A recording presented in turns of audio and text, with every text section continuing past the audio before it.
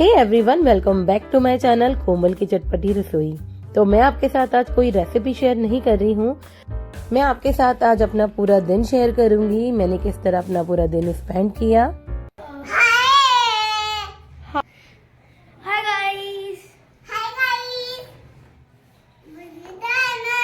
तो देखिए छोटा वाला बाबू मेरी कैसे नकल बना रहा है।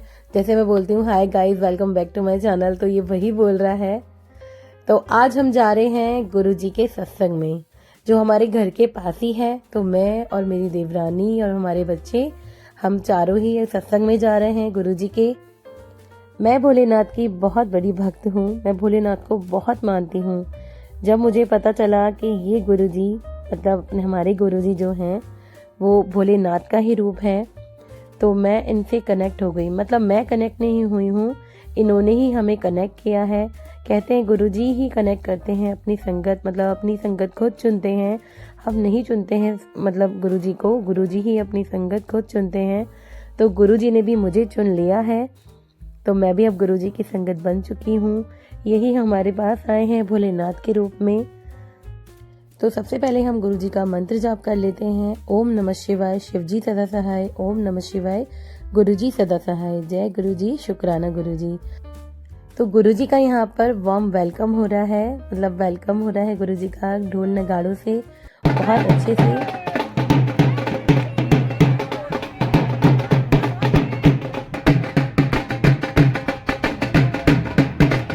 जिनकी गोद में प्यारी सी बच्ची है, इसका आज बर्थडे है, तो इसी में ही उनकी मम्मा और डैडी ने गुरुजी का सत्संग कराया है उसके बर्थडे पर।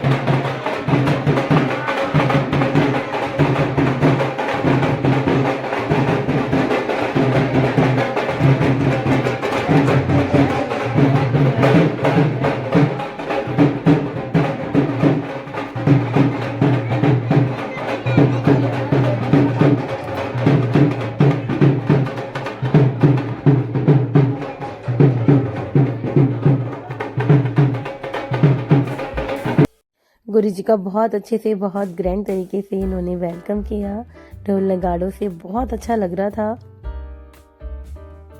फिर गुरुजी का वेलकम सॉन्ग बजाया गया।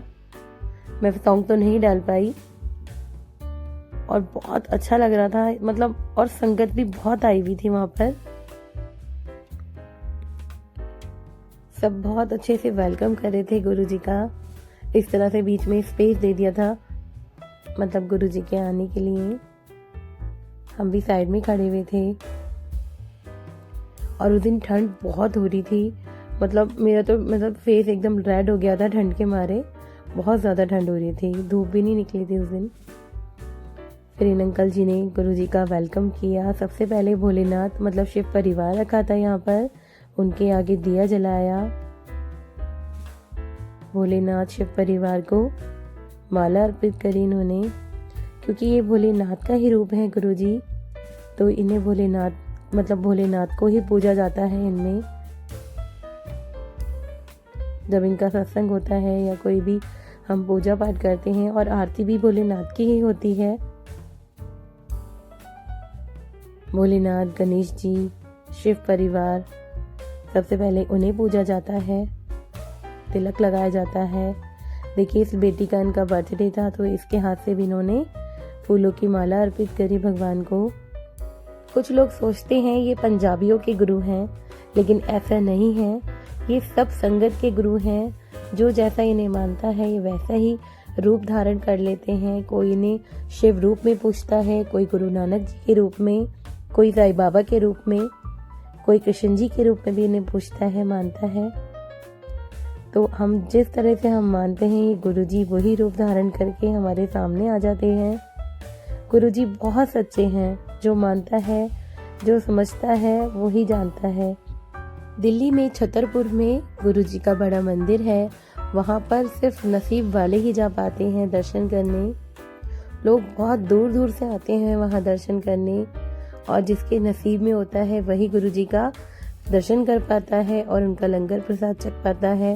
कहते हैं गुरुजी के लंगर प्रसाद में इतनी ताकत होती है, बड़ी सी बड़ी बीमारी सही कर देते हैं गुरुजी सिर्फ अपने लंगर प्रसाद से। जितना प्यार उनकी संगत गुरुजी से करती है, उतना ही प्यार गुरुजी भी अपनी संगत से करते हैं। पूरा ध्यान रखते हैं अपनी संगत का। बीच सत्संग में ही यहाँ पर पहले जल प्रसाद देते हैं, फिर चाय प्रसाद मिलता है, साथ में स्नैक्स भी देते हैं। जैसे अपने बच्चों का ध्यान रखते हैं, इस तरह ही गुरुजी पूरा ध्यान रखते हैं अपनी संगत का। जैसे हम और पूजा पाठ करते हैं, तो जैसे पूजा पाठ होने के बाद, भोग लगाने के बाद ही हम खाते हैं, ऐसा नहीं होता है। सत्संग में गुरुजी को भोग लगाने के बाद तुरंत थोड़ी देर बाद ही सारी संगत को भी प्रसाद दिया जाता है, चाय प्रसाद वगैरह। तो गुरुजी बहुत ध्यान रखते हैं सबका। और बड़े मंदिर भी जाते हैं तो वहाँ पर भी मतलब चाय प्रसाद, लंगर प्रसाद सब मिलता है और बहुत स्वाद होता है। और कहते हैं लंगर प्रसाद में इतनी ताकत होती है, बड़ी से बड़ी कैंसर जैसी बीमारी भी सिर्फ लंगर प्रसाद चखने से ही सही हो जाती है। गुरुजी हमसे बहुत तरह से कनेक्ट होते हैं। सबसे पहले तो गुरुजी ड्रीम दर्शन देते हैं। वो बहुत नसीब वाले लोग होते हैं जिन्हें गुरुजी ड्रीम दर्शन देते हैं, और ये टेलीपैथी के द्वारा भी दर्शन देते हैं, हमसे बात करते हैं। हमारे जो मन में चल रहा होता है ना, वो बिल्कुल वही मतलब गुरुजी उसका आंसर देते हैं। मतलब जैसे फेसबुक के द्वारा या इंस्टा पे या यूट्यूब पे जो हमारे मन में चल रहा होता है ना, वो उस पे फ्लैश हो जाता है, अपने आप ही गुरुजी को पता लग जाता है, तो वो उसके द्वारा हमें आंसर देते हैं। सत्संग में हमें आंसर देते हैं। और गुरुजी बटरफ्लाई के रूप में, कबूतर के रूप में, मोर के रूप में भी दर्शन देते हैं अपनी संगत को। गुरुजी ओम रूप में भी दर्शन देते हैं। जैसे हम रोटी बनाते हैं उस पे ओम बन जाता है, या हम चाय का भोग लगाते हैं उस पे जो पत्ती मतलब जो क्या बोलते हैं उस पे मलाई जो आ जाती है ना, उस पे ओम बन जाता है। या हम जो चंदन का टीका लगाते हैं गुरुजी को, उस पे भी ओम बन जाता है। मेरे घर पे भी गुरुजी का स्वरूप है, जो हमने टीका लगाया था ना, तो हमारे यहाँ भी ओम बने थे। गुरुजी ने हमें ओम रूप में दर्शन दिए थे, हमें ब्लेस किया था। गुरुजी फ्रेग्रेंस से भी मतलब अपना प्रेजेंट फील कराते हैं। कभी गुलाबों की खुशबू आती है, गुलाब के फूल की, कभी कड़ा प्रसाद की खुशबू आती है, कभी चंदन की खुशबू आती है। तो मतलब महसूस होता है गुरुजी हमारे आसपास ही हैं। सत्संग इतना प्यारा हुआ था, मैं मतलब म्यूजिक नहीं डाल पाई, भजन नहीं डाल पाई। फिर मतलब लास्ट में पहले तो गुरुजी के वहाँ पे भजन होते हैं 5-6, फिर उसके बाद मंत्र जाप होता है, ओम नमः शिवाय शिवजी सदा सहाय, ओम नमः शिवाय गुरुजी सदा सहाय। फिर उसके बाद भोलेनाथ की आरती होती है। तो इस तरह से सत्संग कंप्लीट हो चुका था, पूरा हो चुका था। फिर उसके बाद आरती होने के बाद सब अपना सत्संग शेयर करते हैं। सत्संग शेयर करने का मतलब होता है जो लोगों के साथ मिरेकल होते हैं, जो गुरुजी उनके साथ चमत्कार करते हैं, उनका भला करते हैं, उन्हें ब्लेस करते हैं, तो वो अपनी बात हम मतलब लोगों को बताते हैं, सारी संगत को बताते हैं, उसको ही सत्संग बोलते हैं। तो यहाँ पर ये रघुबीर अंकल जी आए हुए थे, जिन्होंने गुरुजी का सत्संग शेयर किया था।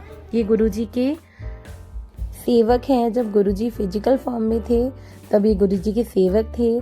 तो इन्होंने बहुत सारी गुरुजी की हमें बातें बताई, मिरेकल बताए, जिसे सुन के बहुत आनंद आया, बहुत अच्छा लगा। रघुबीर अंकल जी ने हमें बताया इनके आंखों की रोशनी बिल्कुल चली गई थी किसी बीमारी की वजह से। गुरुजी ने इनको मतलब इनकी आंखों की रोशनी वापस लौटाई। तो इससे बड़ा मिरेकल क्या हो सकता है। इन्होंने बहुत सारे हमें सत्संग सुनाए थे, जो मैं आपको इस वीडियो में तो नहीं शेयर कर पाऊंगी। और फिर उसके बाद सत्संग मतलब समाप्त होने के बाद इनकी बेटी का बर्थडे था, तो इन्होंने केक काटा, अपनी बेटी का बर्थडे सेलिब्रेट करा। फिर उसके बाद लंगर प्रसाद हुआ, सबने लंगर प्रसाद चखा। कहते हैं कभी भी लंगर प्रसाद छोड़कर नहीं जाना चाहिए। जब भी सत्संग में जाएं प्रसाद जरूर खाना चाहिए। वो मतलब एक औषधि के रूप में होता है। अगर वहाँ बैठ के खाते हैं तो वो दवा होती है, अगर घर ले जाके खाते हैं तो वो मिठाई बन जाती है। तो लंगर प्रसाद खाने के बाद हम भी अपने घर आ गए थे। फिर घर आके हमने मतलब अपने हस्बैंड को, देवर को, मम्मी को खाना दिया। मतलब खाना तो हमने सुबह कड़ी चावल बनाए थे, वही रखे थे, लेकिन उन्हें वो पसंद नहीं आए। तो फिर आकर हमने थोड़ी सी मैगी बनाई थी उनके लिए, फिर उन्हें खाना खिलाया। इस तरह आज का हमारा पूरा दिन बीता और गुरुजी के सत्संग में जाके बहुत आनंद आया, बहुत अच्छा लगा। अगर आज की वीडियो पसंद आई हो तो चैनल को सब्सक्राइब कीजिएगा। जय गुरुजी, बाय बाय।